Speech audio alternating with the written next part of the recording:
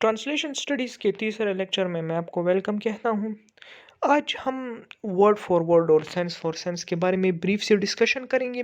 इससे पहले translation study की हिस्ट्री में मैंने आपको सेंस फॉर सेंस और वर्ड फॉर वर्ड के बारे में थोड़ा सा बताया था, लेकिन आज हम इस पे थोड़ी सी सेपरेट डिस्कशन करेंगे क्योंकि इस पे एक सेपरेट क्वेश्चन भी आता है।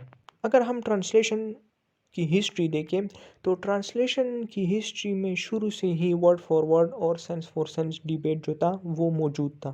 और जॉर्ज स्टाइनर जो है वो इस बात को एक्सेप्ट करता है कि 20th सेंचुरी के हाफ तक यानी 1950 तक जो वेस्टर्न ट्रेडिशन थी तो वो इस बात पे डिबेट कर रही थी कि आया वर्ड फॉर वर्ड यूज़ करना चाहिए या सेंस फॉर सेंस यूज़ करना चाहिए।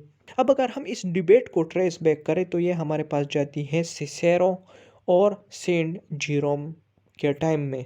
अब सिसेरो जो था तो वो एक रोमन रेटोरिशियन था। उन्होंने अपनी कुछ स्पीचेस को ग्रीक लैंग्वेज से दूसरी लैंग्वेज में ट्रांसलेट किया।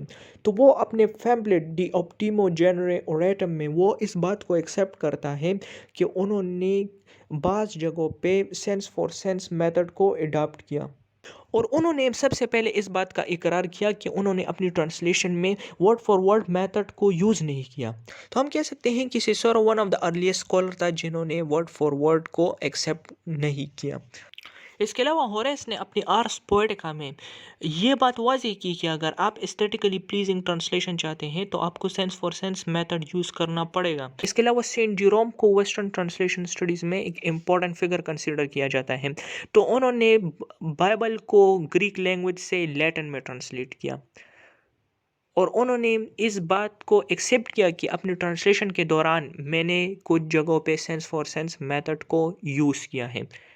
तो इसका मतलब यह था कि उन्होंने भी इस बात को एक्सेप्ट किया कि सिर्फ वर्ड फॉर वर्ड मेथड से काम नहीं चल सकता। इसके अलावा सेंट जीरोम ने बाइबल को लैटिन में ट्रांसलेट किया तो उसको वल्गेट कहते हैं।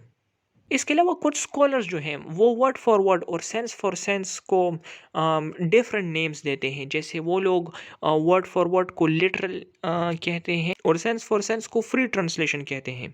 इसके अलावा बेकर भी एक इम्पॉर्टेंट स्कॉलर है ट्रांसलेशन स्टडीज़ में।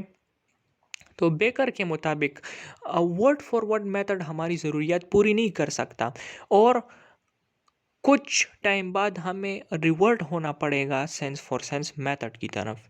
तो ये थी कुछ डिबेट सेंस फॉर सेंस और word for word translation studies के मुतालिक। अगर आपका कोई क्वेश्चन है तो आप कमेंट में पूछ सकते हैं। ट्रांसलेशन स्टडीज़ की वीडियो देखने के लिए काइंडली चैनल को सब्सक्राइब करें और वीडियोस को शेयर करें। Thank you.